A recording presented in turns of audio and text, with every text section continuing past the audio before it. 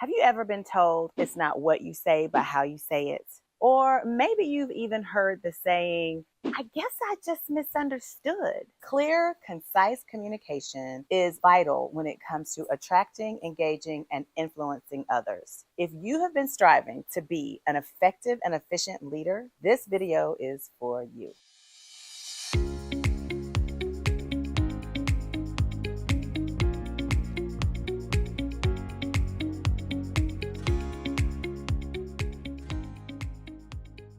Do you believe that 70% of people believe that wasted time is one of the biggest consequences of poor communication? Well, trust and believe if you are wasting time, you're also wasting money. And if you want to stop doing that, then I believe it's important for you to be a more effective communicator. And I'm going to share with you in this video exactly why I believe communication is so important.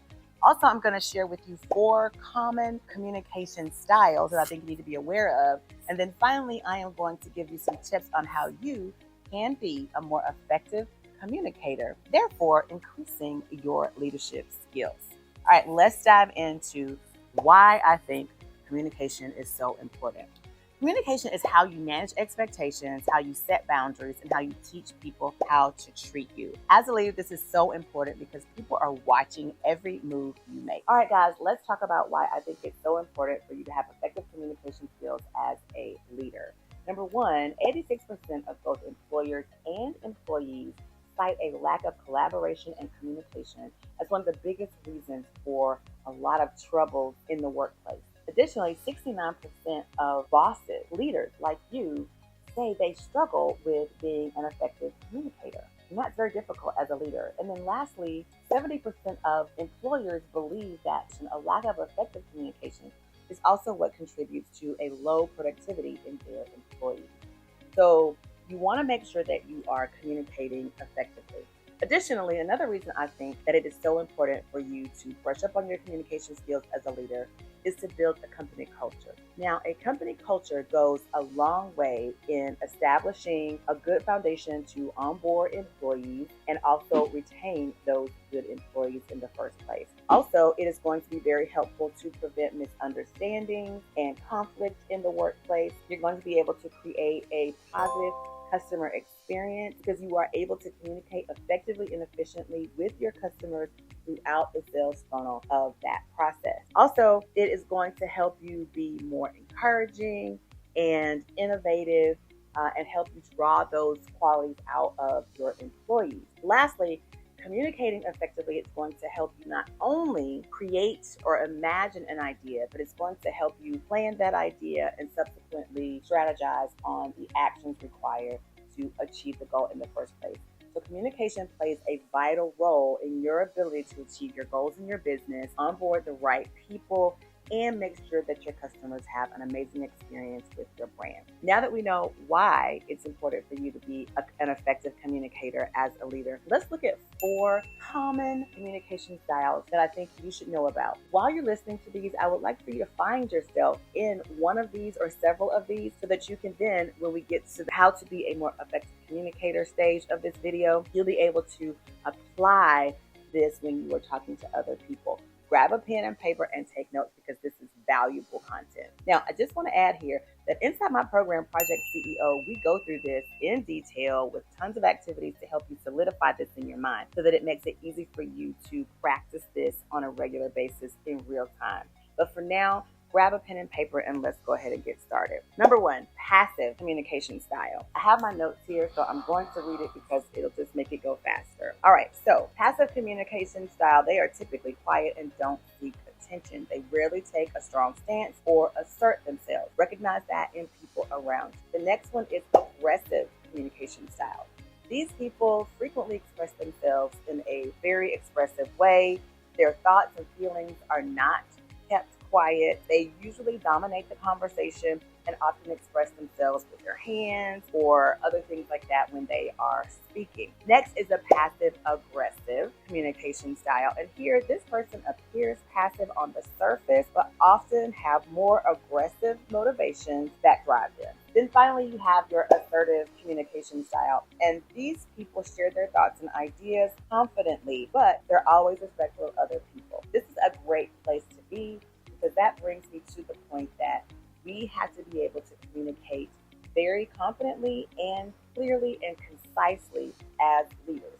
We want to make sure that we are offering up information in a very clear, concise, confident way. How can you communicate more effectively with these different communication styles? Here's how you can do it. If you're talking to someone who has a very passive communication style, you want to take a very direct approach and you want to ask for their opinion, and do not ask closed ended questions. Ask open ended questions so that they can elaborate. So you don't want to do yes, no. If you're talking to someone who has more of an aggressive personality, keep your calm, hold your cool, and you want to try not to be intimidated by these people, because sometimes they have a tendency to be, like you said, dominate the conversation. Don't be intimidated. You want to keep the conversation very professional, and you want to make sure that you're confronting any negative behavior, and also you want to ask for their feedback in a one-on-one setting, because you don't want to set them off. You don't want there to be a big scene. So if there's more of an aggressive personality communication style, one-on-one communication will probably be better. All right, let's look at the passive aggressive communicator. How do we want to talk to them? Well,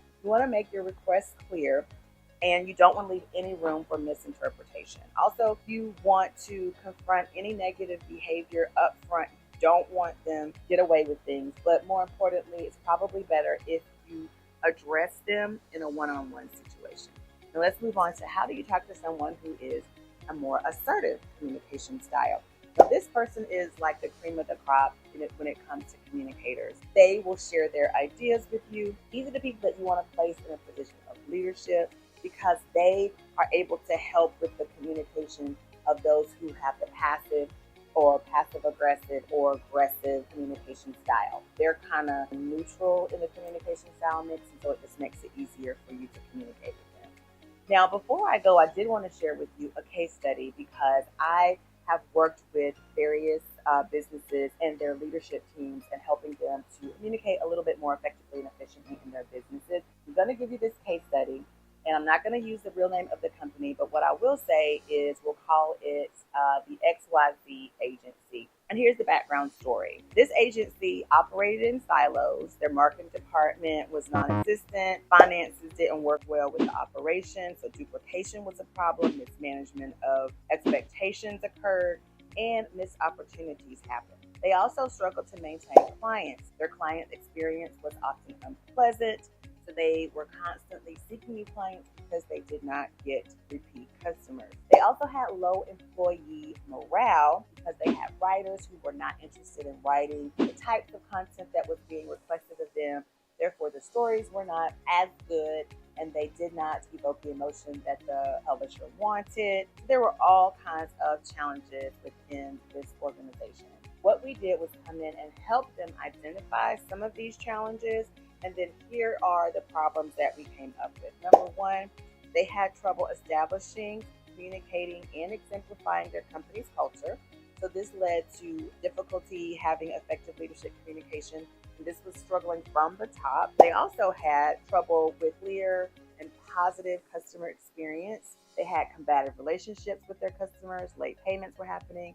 There were minimal referrals, and there was a lack of engagement, meaning they didn't really do a lot of emails to communicate. Their marketing efforts had absolutely no strategy. Customer feedback opportunities were missing. And there was no sign of this agency going above and beyond to make the experience good. And then lastly, another problem was they had a lack of leadership communication. The owners treated the business more like a hobby than they actually did a business.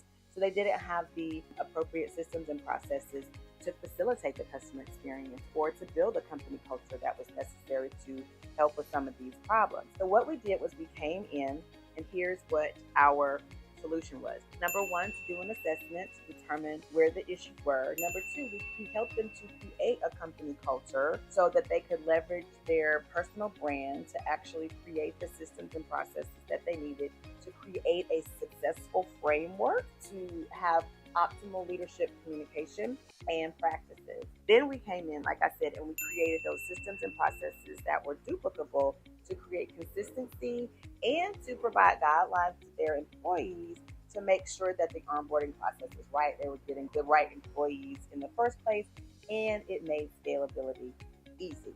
The result of this case study was agency XYZ realized that they were taking on the wrong types of clients and were deficient in the necessary policies, procedures, and practices to scale their business.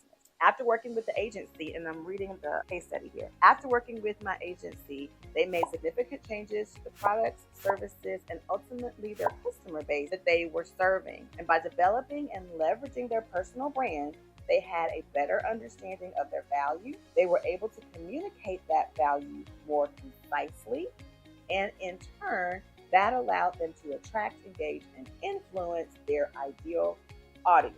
Okay, so that, my dear, is the value of communicating more effectively as a leader. I hope this video was helpful. If it was, please give it a big thumbs up. Make sure you are subscribed because we are doing big things on this channel to help you develop a personal brand and then leverage it across your leadership and marketing efforts. All right, thanks for watching. Bye, guys.